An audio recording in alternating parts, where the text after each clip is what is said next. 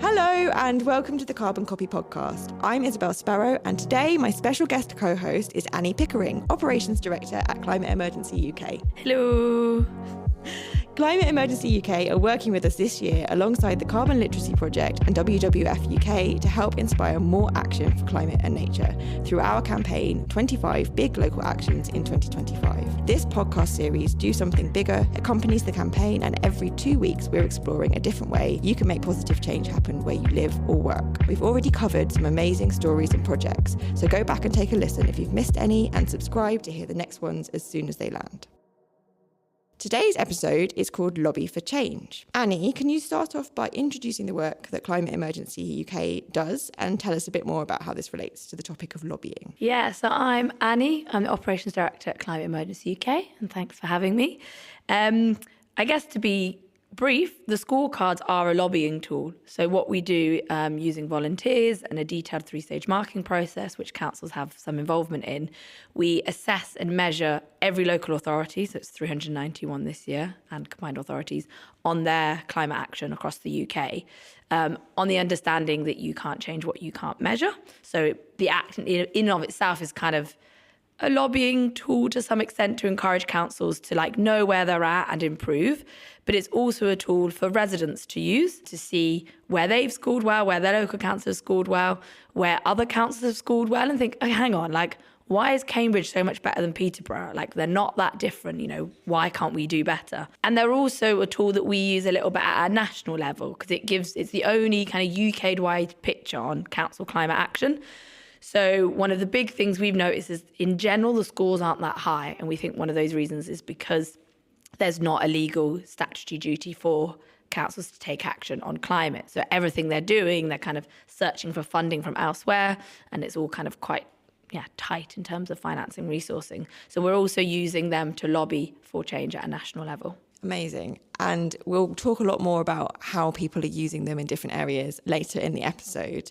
But first, we're going to go to our first guest. His name is Claude Hendrickson MBE. He is a community leader based in Leeds, and he's one of 8 inspiring changemakers that are leading the We're Right Here campaign. We're Right Here and the Community Act is about trying to empower local people, grassroots people, to take more of a role in solving issues in their communities, whether it be around antisocial behaviour, whether it be around isolation for communities, whether it's around youth and community. So it's very much about empowering local people to take control of assets and take control of land, to make sure that services that are being delivered in the community are for the community.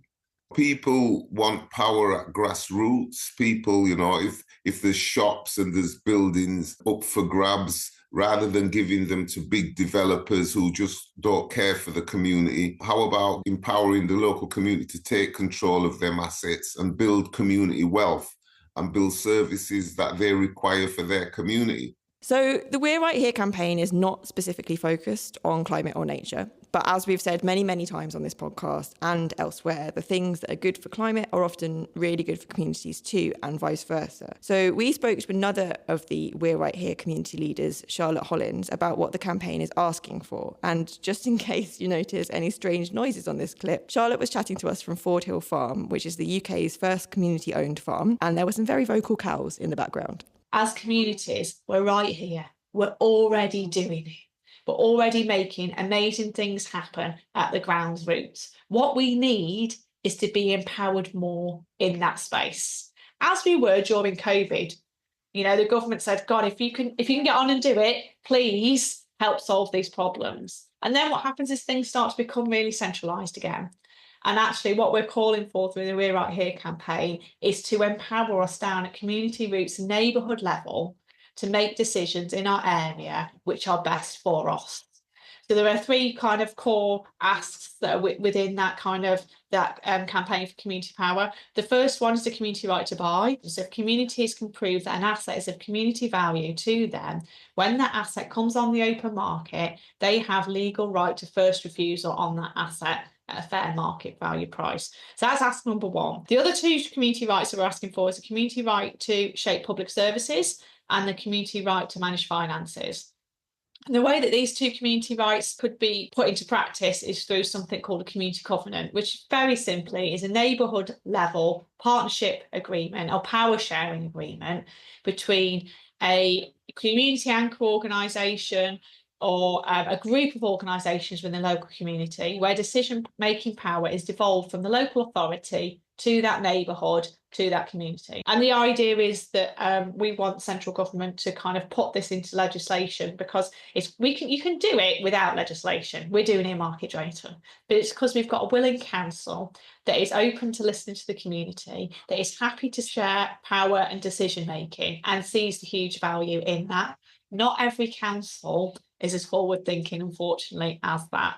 Or some parts of the council might be, but then there are pushes and pulls in other parts of the council that stop that process happening.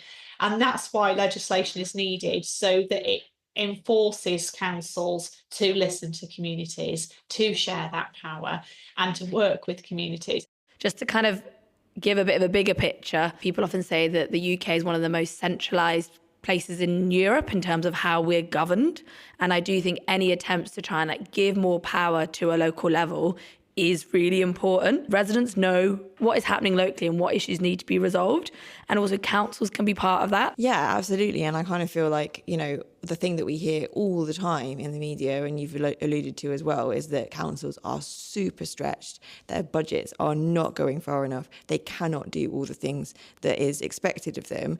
And actually, this is perfect because it is taking that responsibility and therefore that budgetary kind of need and putting it somewhere else and allowing for other people to act when the council literally can't. Yeah, our founder, Kevin Freer, was a councillor in Lancaster.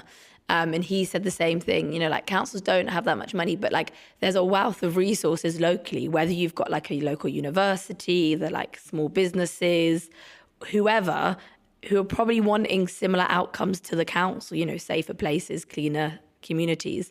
So it's really important to work with those people and be innovative and inventive and make the most of it.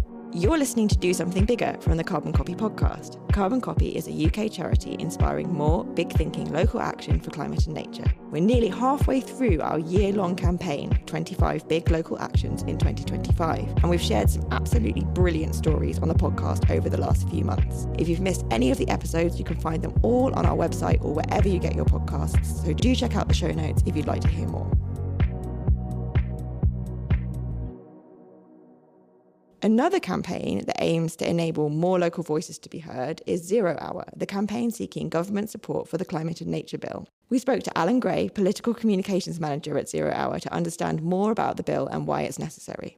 Basically, what we're trying to do is to bring the Climate Change Act, the Environment Bill, up to date, because these legislations were right for the times that they were passed. But since we've had international agreements like the Paris Agreement to try and aim to keep temperatures below 1.5 degrees, had agreements like the Montreal Covenant Agreement, which is all about trying to restore nature and protect as much as we can. This is the moment to try and bring the most up-to-date science and bring it into UK legislation. So the way that we went about it is we basically started by creating a bill with scientists, with experts, which is sort of the formation and the foundations of the bill itself. And then we worked with people of all political stripes, all different political parties, to essentially build up as much support as we can. It's also about a joined-up approach to climate and nature. Even myself, I realised I fell into speaking about one nature international agreement and one climate one, and actually, increasingly, the knowledge says that they should be interconnected. So this legislation brings those together and says actually there should be much more work between DEFRA, the Department of Environment, Rural Affairs and Farming, and DESNES, the Department for Net Zero and Energy Security. And then the final element, which probably feels more important than ever, is the people element of it, which is we're looking to bring climate and nature assemblies to help inform how do we deliver this. Because I'm sure lots of people feel this way. It can sometimes feel polarizing when you speak about net zero, or you speak about climate targets, or you speak about rewilding. It can feel really polarizing. And actually, we don't want to shy away from that. We actually want to embrace that and say communities should have a say. They should be able to actually come in these climate nature assemblies and say, I'm concerned about this. How do we mitigate that? How is my voice going to be included? So that the how we deliver it is part of this legislative path. Because currently we pass legislation, the people who are elected say yes or no, but how it's delivered sometimes isn't quite what people thought they were signing up to. Annie, I think there's a lot in there which relates to your work at Climate Emergency UK. Certainly from a council perspective, the scorecards are showing what they have said that they're going to do and then what they're actually doing. And there's also this piece about citizen assemblies and the importance of having plans and policies in place that reflect the needs of the specific location. So that harks back to what we were just talking about with the We're Right Here campaign as well. So how do you see this coming through from the local authorities you work with, and how can things improve? So when we published them in 2023, the average score was around 30%. And the scorecards that have literally come out a few days ago on the 17th of June, it's a similar story, although they are improving a little bit. Although I will give some credit to local councils, because often they're leading the way and Parliament is following. So there's kind of two examples I wanted to cover, which we look at in our scorecards. One of them is biodiversity net gain. So it's now a UK-wide policy that kind of all councils have to consider how new development and houses and buildings are going to actively support biodiversity rather than potentially harm it. And that was originally started in some councils in the West Midlands kind of as a trial, and then was rolled out further. And there's another example where you can see kind of councils are sometimes going ahead of national policy. So councils can require all new builds to be built to a net zero standard. And in our last scorecards, only 14% of UK councils had done that. So you could see kind of, okay, councils aren't doing enough, it's only 14%, but actually they're doing more than kind of the government minimum requirement, which is really positive. And I think I'm right in saying that in our next scorecards, that number is a little bit higher. So there's definitely things that councils are doing and kind of leading it forward, both in terms of actual implementation and working more effectively with residents. Allan mentioned that a lot of this stuff is already being done at the national level as well. And we've signed up to all these various agreements and things like that. But there isn't that kind of legal impetus, which is what the CAN bill is trying to achieve. And it kind of sounds like a very similar situation locally as well. And is there anything that you can see working on at local level to kind of push the councils that haven't taken those steps further and to get them to move at the same rate as maybe the ones that are a bit higher performing? Yeah, we're pushing a little bit for councils to have a legal duty to act on climate. So the Greater London Authority already has that. And we're hopeful, or would encourage that to happen for all of the other combined authority mayors that we're going to get. And kind of, as Allan was saying, having that legal impetus to do something on climate will generate further action, but also crucially for us, we want that to be funded. So councils aren't looking for funding to do work that they know their residents want them to do, and they know that would kind of reduce traffic and make homes warmer and cheaper to heat, but they don't have the funding. So wanting to provide kind of longer term funding that comes with the legal requirements as well, so that this work can, I guess, be a bit more nationwide rather than just dependent on one particular council or one really good active group in the local community. We want to see it across the whole of the UK. The We're Right Here campaign is similarly about empowering people locally, and it does sound like a fantastic idea in principle. But again, it's about potentially moving decision-making away from those people that are currently holding that responsibility. And I wondered whether they might also feel reluctant to part ways with it. I asked Charlotte what the biggest barriers were to the Community Act being passed. I think central government are scared of pushing too much power down, but I think they understand the power that is there within communities. The difficulty is in mentally being comfortable with it. There's no real difficulty in putting it into legislation, but I think being comfortable in putting it in legislation, being comfortable in empowering communities is a brave step. And I think that's where it's going to probably be transitionary rather than having some transformative legislation going to come in. It's going to be transitionary. And that's why it's really important that those people who are running projects like this on the ground, who are doing amazing things and have these fantastic collaborations and are power sharing and are listening to each other, we need to share those stories, because that's what gives central government and others the trust that it works. And they need to trust our communities more, because communities have lost trust in government. And one of the amazing things that this can do is it can start to rebuild that trust in government. But government have got to be brave to take that step, to trust in us as people, as citizens, to make our lives better ourselves, and they've got to empower us to do that. Yeah, I really like what Charlotte was saying, and it's about culture change, right? And kind of what I said before about the UK currently being so centralised and like giving that power to other people. But it's not just about kind of empowering residents. I think councils and councillors themselves, you know, they're hardworking people. They are not experts in everything, and getting them to understand, you know, how they can be innovative and inventive within the constraints that exist for them, but also how they can work with other people. And I think really representing their residents. So perhaps it might mean you're going against your party line at a local level, but that's because you're doing something that's in the best interests of your residents. And I guess the other thing I just wanted to touch upon is I think in order to give trust to local government or to communities, there needs to be an element of transparency. And I think that's one of the reasons why we also do the scorecards, because it's really hard for residents to engage in their council if they don't know what they're doing. And yes, a lot of people have lost a lot of trust in government, although often when you look at the stats, the trust in local government is higher than national. So that does mean there's kind of space and opportunity to build on that. But that needs to be coupled with, an understanding of what the council can do, transparency on what they're actually doing, and then understanding how they can best engage. And that's kind of what we hope the scorecards does in kind of showing residents what their council is up to and what they can do with that knowledge. The trust thing works both ways, right? So communities need to know what their leaders, both locally and nationally, are up to. And equally, politicians need to be reassured that putting more decision-making power into the hands of residents is the right thing to do. There is another aspect as well, which is linked to this, which is around the influence that local people can and should have on the decisions of their political representative. Allan from 0 Hour told us about their new campaign, which is aiming to show MPs the enormous public mandate for climate action. We've launched 650 constituency open letters. They're unique to each constituency in the country, and they're directed at the Prime Minister. And what we're trying to do is to essentially give the government the real sense of there is a huge amount of support, not just amongst individuals, but amongst councils, local organisations, local faith groups, even local sports clubs and local community groups from all parts of the country saying, we're behind you if you do this. We've got your back. If you go further, we will have your back. And it's trying to give them the confidence that there isn't a risk in doing this. Politics can deliver the change, but it actually starts local.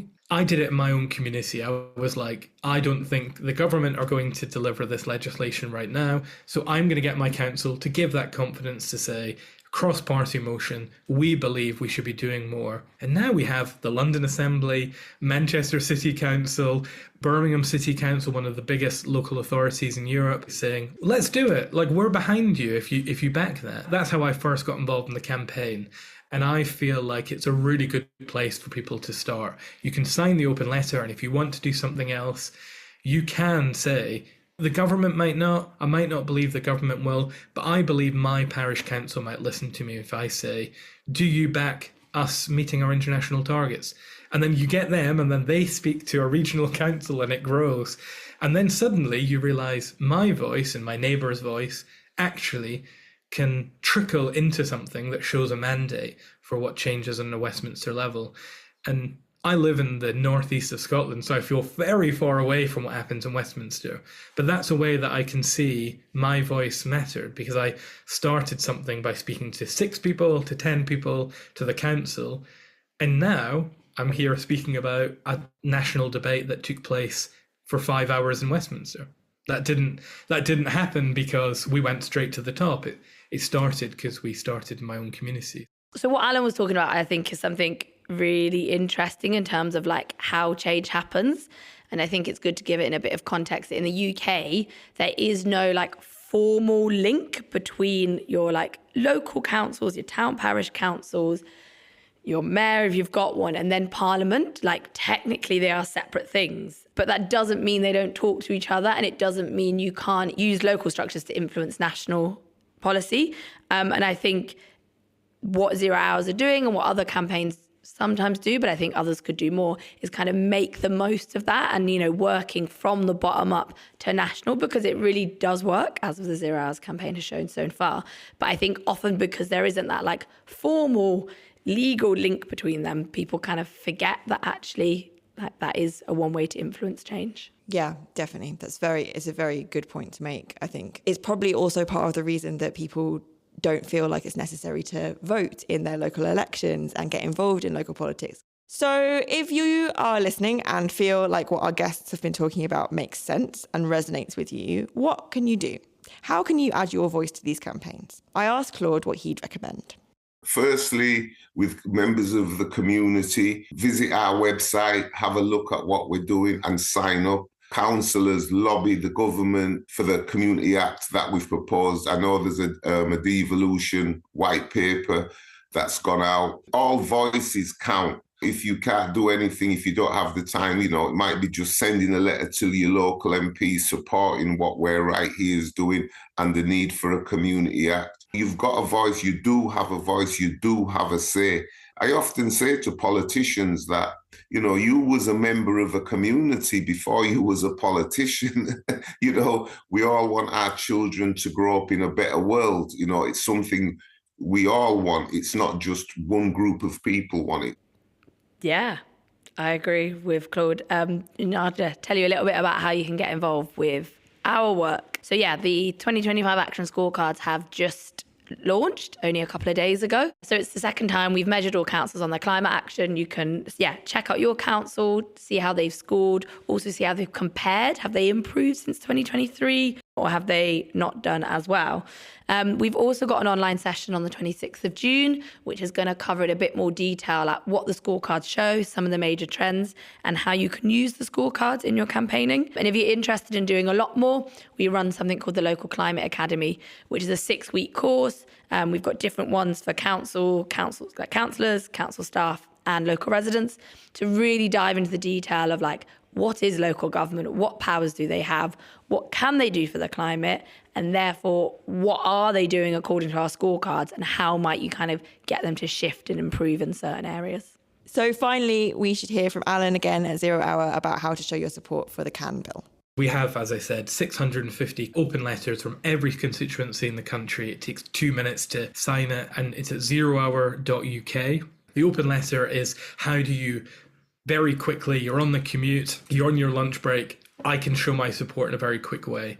If you've got more time, it also funnels into lots of other ways you can help with pre-drafted text for how do you might approach your MP, tools for how you might meet your MP, how can you share this, how can you get materials to actually speak to your neighbours or community groups, how do you speak to your council about these issues. So we have lots of tools. The TCC, they've got a mass lobby that's coming up in July where people are meeting their MP either in their constituency or joining with other campaigners either in the Scottish, Welsh or UK Parliament. There's a thing called the Knowledge Hub, which gives you a way to actually look at your community and actually look at the actions your MP's taken, because it's all about building this rapport with your MP.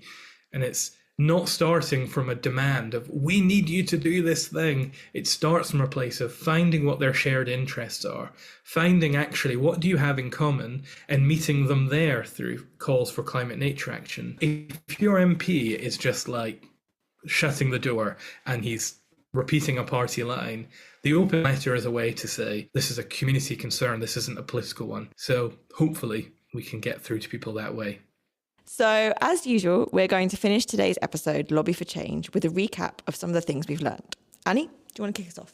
Yeah, I think it's been really good that in this episode, we've talked a lot about how you can lobby and advocate for change, but not just at a national level. I think, to be honest, most people care most about where they live, but talking about what's happening in Westminster or kind of international treaties can sometimes feel quite remote. So I think it's really important that we've had the people on today talking about what can we do in our local area, but also what you're doing in your local area for systemic and structural change, because that is going to have a much bigger impact on our carbon emissions and our quality of life if we're doing that kind of effective change. So, you're spending your time stopping, no new oil or gas fields across the whole of the UK, or the single-use plastic ban. That impact is far greater than you yourself reducing your petrol by a tiny amount or by not buying this one thing that's single-use plastic. That kind of action at a local-ish level can happen quicker than at a national or international level. So I think that definitely, at least for me, gives me some hope to think, we can actually make a difference. And I think the scorecards and a lot of the work that we've talked about today really does show that, despite maybe the picture not always looking good across the whole of the UK, there are pockets, and they're different pockets, and they're doing really great but different things.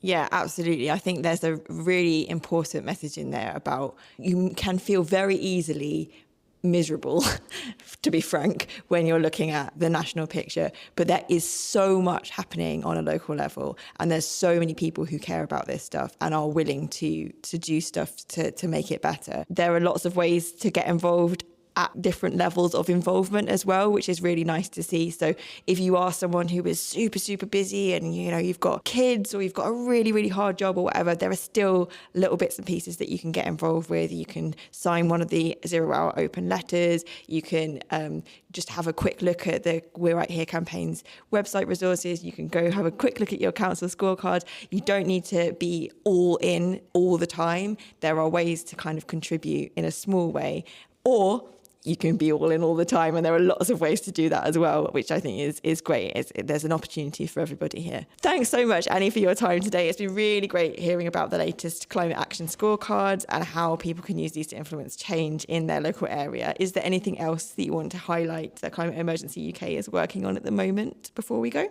Yeah, the things we're working on is, like I said, we're pushing a little bit for a climate statutory duty to be fully funded. And South East Climate Action Alliance have actually done some great work at that level in terms of getting their councils to support this and their MPs. So if you're interested, kind of like what the 0 Hours campaign is doing, feel free to support those calls that are happening at a local and almost national level at the moment. But I also wanted to say that now we've got the next scorecards out, the 2025 Action Scorecards. If you're interested in understanding more about what your council is or isn't doing on climate action and how you might want to use the scorecards and other resources for change, we can come and run a workshop with you, your community group, multiple local groups in a local area to kind of look at a local level what it is that's happening and how you might want to bring about some changes there. So just get in touch with us on all the usual social media channels or website or email if you want to talk. And all the links will be in the show notes as always. You've been listening to Do Something Bigger from the Carbon Copy podcast. This episode was written and presented by me, Isabel Sparrow, and my special guest co-host today has been Annie Pickering, Operations Director at Climate Emergency UK. If you'd like to know more about the Council Climate Action Scorecards or any of the other campaigns and organisations featured in this episode, just head to the show notes for all the relevant links. Our next episode is Use Less Plastic, when we'll be unwrapping the issues with experts Natalie Fay, Victoria Coe and Daniel Webb. Until then, goodbye.